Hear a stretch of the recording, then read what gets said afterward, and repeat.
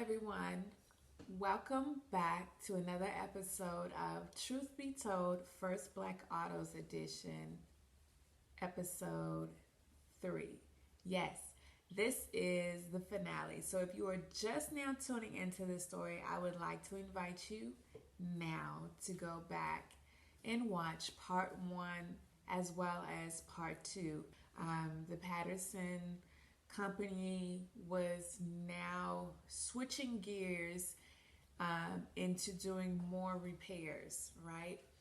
They found themselves servicing a lot of vehicles in order to maintain the business, of which many of their repairs were that on Ford vehicles, who was a competitor to the Patterson Greenfield cars back then. So now I'm going to bring you up to speed, but also provide more background information as to where we are in this period of time. So in this period of the 1917s up around the 1920s, America was entering World War One, right? Under the presidency of Woodrow Wilson. Okay, not only that, but this was also a time where there was mass production. A lot of factories were being started, a lot of roads being built, different things of that nature, appliances being built, as well as the 19th Amendment that was passed with regards to women's right to vote. There were a lot of race riots going on. I like to be truthful and call it what it is. They were massacres. They were attacks on black communities, areas where black people primarily resided and were doing very well for themselves. And a lot of their towns were raided, burned down, looted. Women and children and men were murdered, and some even raped. And so this happens all across the United States in various areas. Another sad truth is that while many Black War veterans just participated and served on the front lines in World War One, they still had to come back to American soil and fight for their lives. This was also during the time of the rise of the Jazz Age, which many of us are familiar with, the Harlem Renaissance. And so I'm just trying to paint a picture of all of these different pieces that are occurring, during this time that the Pattersons are still having to thrive under. So we're aware that after 1865, when the Emancipation Proclamation was read, 4 years later, that the Ku Klux Klan was instituted, right, as a way to terrorize freed slaves. Just 4 years later, okay? And so, that group, after a period of time, kind of disbanded, and there was a rebirth of the Klan that occurred on Thanksgiving night. In 1915 in Stone Mountain, Georgia. And so in 1925, a demonstration was held in Cincinnati, Ohio, not too far from where the Patterson Greenfields were in Ohio.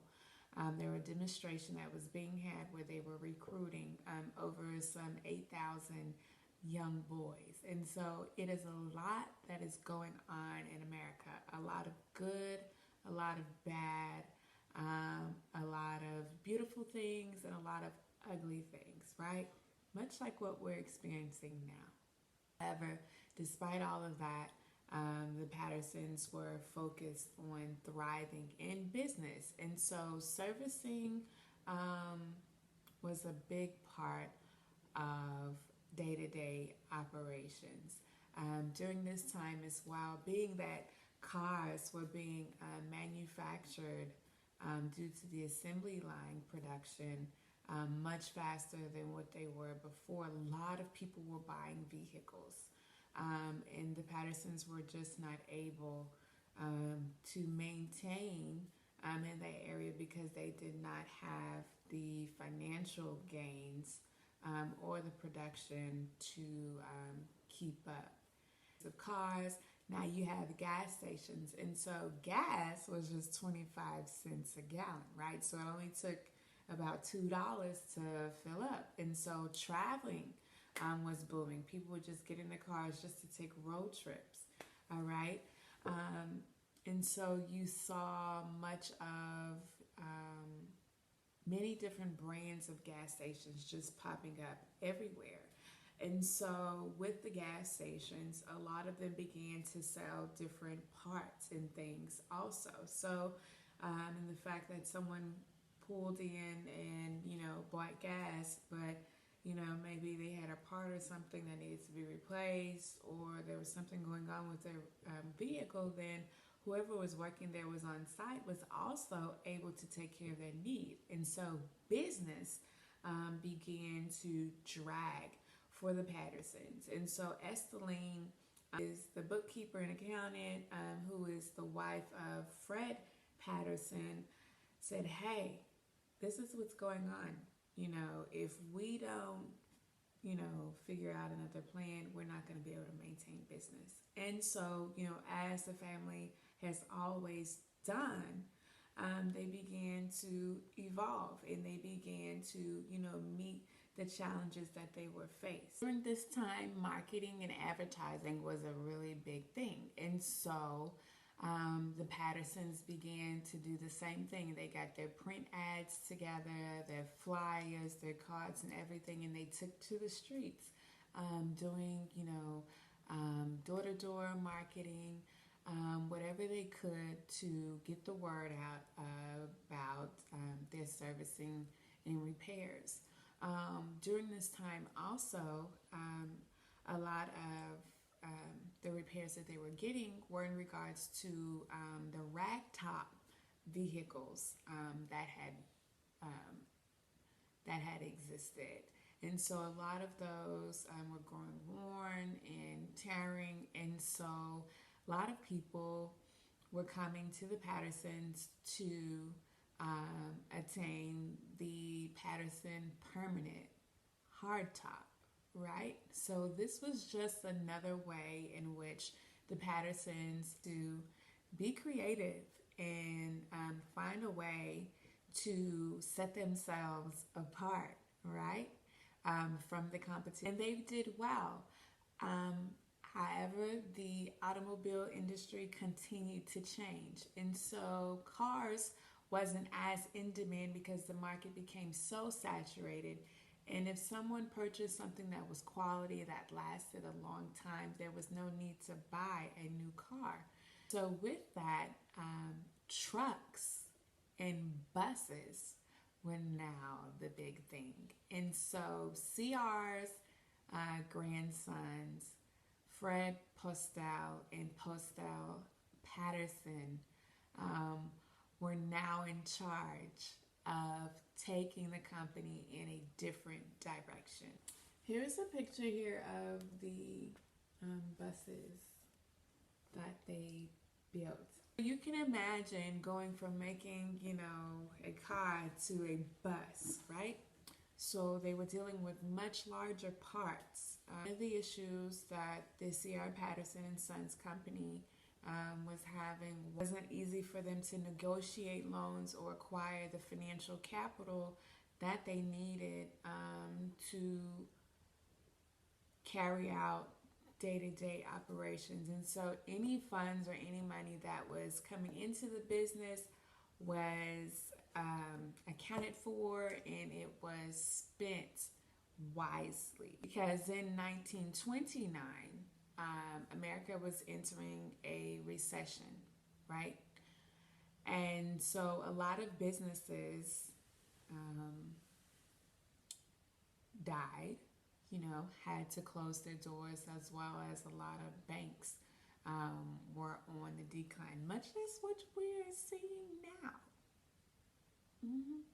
So it was difficult for people to find jobs during this time. A lot of American families were struggling during this time. And so the main goal for C.R. Patterson and Sons Company was to stay in business. However, with this came a lot of sacrifices.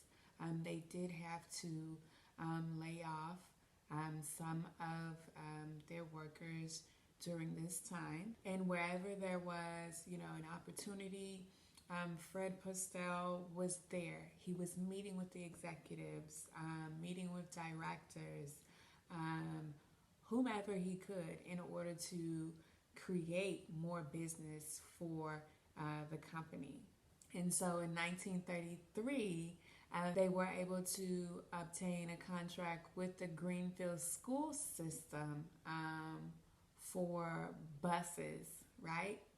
Mind you, this is the same school system that initially denied their father, Frederick Patterson, and his brother from attending that school. It wasn't until their father, C.R. Patterson, sued the administration and everyone involved, and later won the case, and Frederick was then allowed to attend the school system. Now they got a contract with him, and they're making buses for him. How cool is that, right?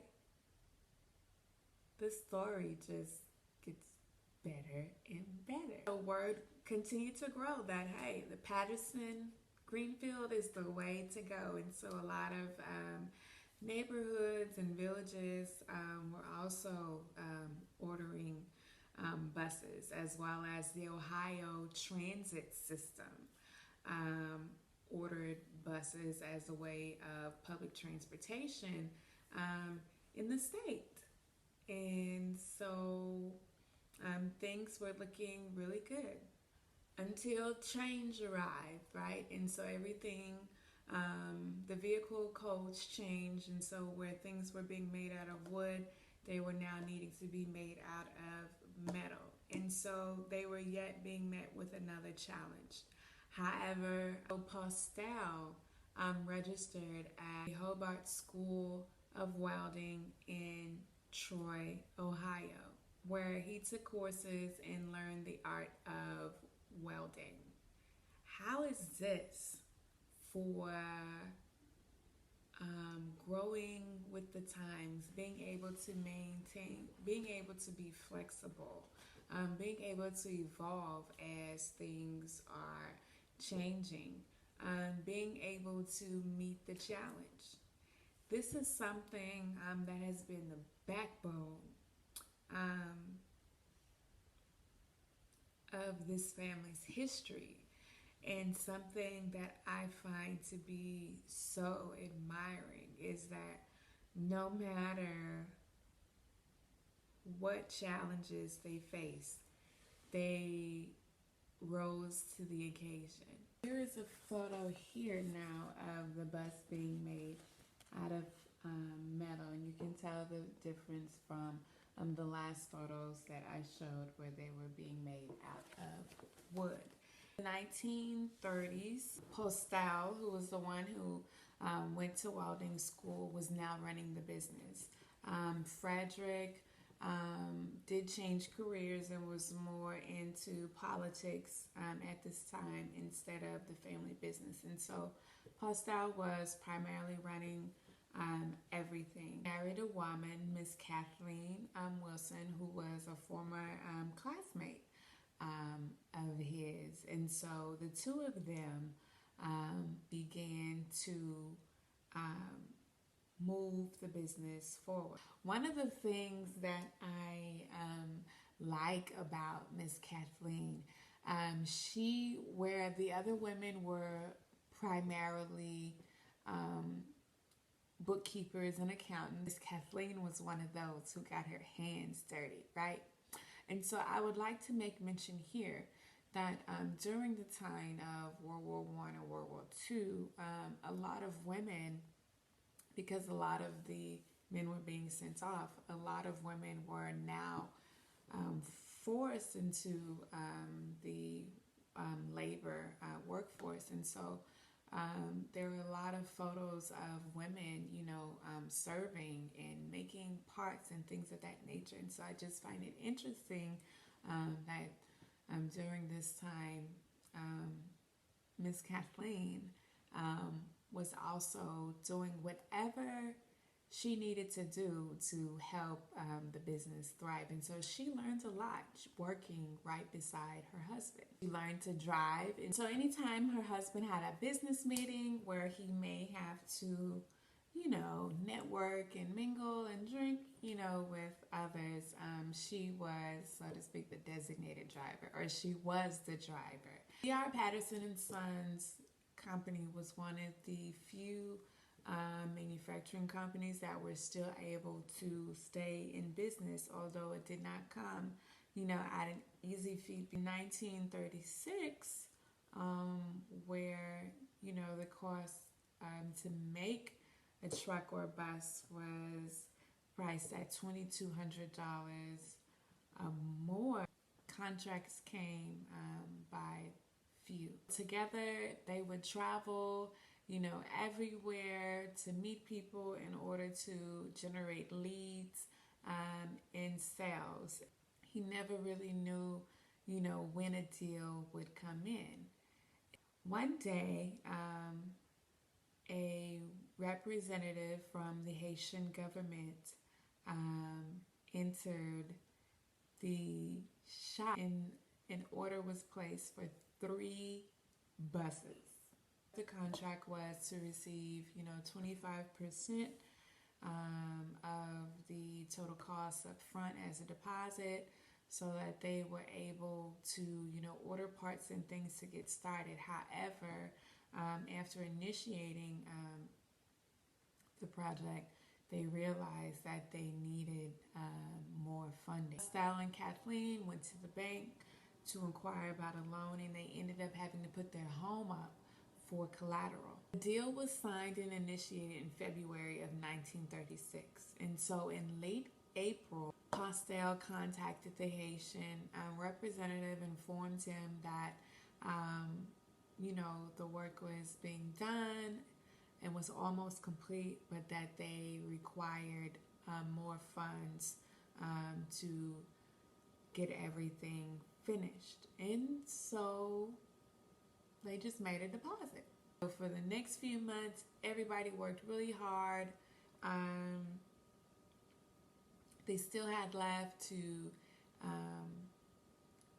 paint the buses, as well as, install the lights and check the connection and make sure everything was functioning properly before delivering in June. And so it was crunch time. 2 of the workers were designated as drivers, as well as Postel, who drove the 3rd bus. Kathleen drove the touring car ahead of them, so that after the buses were delivered at the cargo dock in the Hudson Bay River in New York, they would have transportation for returning back to Ohio. And this trip totaled to be about 600 miles or more. Can you imagine driving a bus, or 3 buses in a row at that? And can you imagine being a woman driving ahead of them, right? And trying to keep up everyone all together in a convoy to make sure that these buses get delivered on time. Like, this was crucial. And so, they had to make sure that everything was lined up perfectly. And so one of the things that Postel had them to do, double check just to be on the safe side. They, loaded any equipment they needed just in case something went wrong. They threw in an extra tire to each bus just in case they encountered a flood or anything. So they had to think forward because they did not have any room for any failure or setbacks whatsoever. And so, a couple of days before leaving, Postal and Kathleen were having lunch and they were just going through everything. And so she had all the paperwork in line and she asked for the license plates, identification for the 3 buses, at which Postal had nearly forgot to get the license plates. Can you imagine had they been on the interstate? Well, it wasn't an interstate then. But could you imagine them have been driving down the road without license plates? That would have been a disaster. And so he quickly jumped up from the table and left, and he was able to reach the town hall in just enough time to get the license plates. Talk about a close call. Kathleen started her journey on a Monday morning, and the 3 buses left Monday evening. And they arrived in Secaucus, New Jersey, on a Tuesday evening. And so everybody got together and they had dinner. And so when it called time to rest, they rested in the buses and continued on the rest of the journey. Wednesday, they had reached New York, and you can imagine if you've ever been to the city how busy things are going. And so there are moving trucks, taxi cabs, people everywhere, and then you have these 3 buses that are trying to maneuver on the busy street. So once they get the buses to the dock, people are standing around, they're looking, they're like, what kind of buses are these? And of course, this was another way for word of mouth for the Pattersons to market their business. And so they responded with, these are Patterson Greenfield. Kathleen walked through the gate to meet the Haitian representative with the paperwork and everything. The Haitian representative did his walk around of the buses, and he was very pleased and satisfied and notated that everything was received in good order.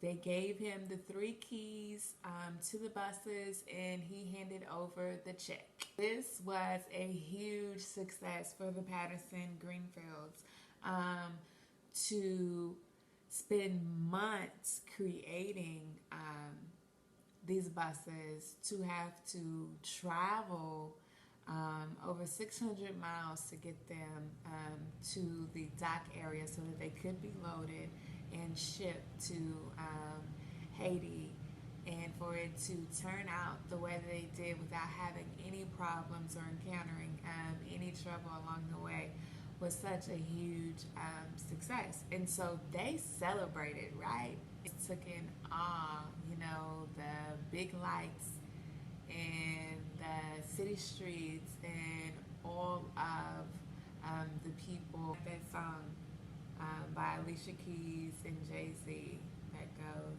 concrete jungles where dreams are made of, there's nothing you can't do. Let's hear it for New York. These lights will inspire you. Let's hear it for New York, New York, New York. No, I do not own the copyrights to that song, okay? Ha! It was the last major sale of the Greenfield Pattersons, and so by 1937, business had slowed down tremendously, and unfortunately, they did have to close their doors. The author mentions that Postal Patterson and his wife Kathleen were invited by a John Moore of the Ohio Chamber of Commerce to move to Gallipolis, Ohio for to expand their business. And so it was said that this particular area of Ohio was possibly where C.R. Patterson took his first steps out of crossing the river into Ohio. I think this is a wonderful place, a wonderful way in which to end the story of the first Black autos, right? How ironic that C.R. Patterson, who was born a slave, who made the decision to go after freedom, not knowing what that would look like for him during a treacherous time for African Americans living in America. And yet he was able to come out of that water to start his journey, and the legacy of his business ended in the same area. All he did was take a step. He made a decision and he acted on it. He took a step on it, and he was able to work for himself, be a self-made, freed Black man, supreme being, genius, innovator, creator. Started from fixing carriages and tending to horses on a plantation, and journeyed to Ohio, where he was able to hire himself out for work and create revenue and generate income for himself. And from there, he married a woman and had children, and brought his children up in the same way, and made sure that they were educated, so that regardless of which way that they chose to go, had a foundation. And after his passing, his sons were able to pick up the legacy where he left off and bring his vision to pass with their first touring car. And from that, being able to continue to keep this legacy growing, as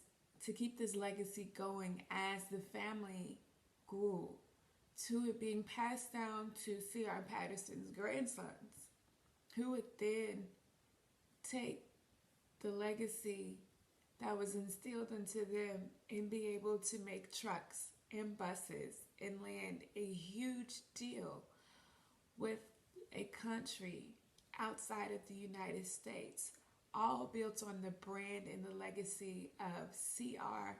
Patterson. This is a remarkable story of extraordinary faith, determination, hard work, and the ability to take life on full throttle. They rose above any challenge that they met, and they were able to change and shift with the times. And I find that that is an important lesson that many of us can take from them, especially during the times in which we are living, when so much is changing right before our very eyes. How can you shift? How can we shift now in order that we may maintain and be able to survive as individuals, as entrepreneurs, and as a community? And I believe that C.R. Patterson and his lineage left a wonderful blueprint for all of us. And I want to encourage you all to order this book. I now conclude the third episode of First Black Autos edition of the Truth Be Told series. Stay tuned for stories to come and more exciting news. Thank you so much for your support.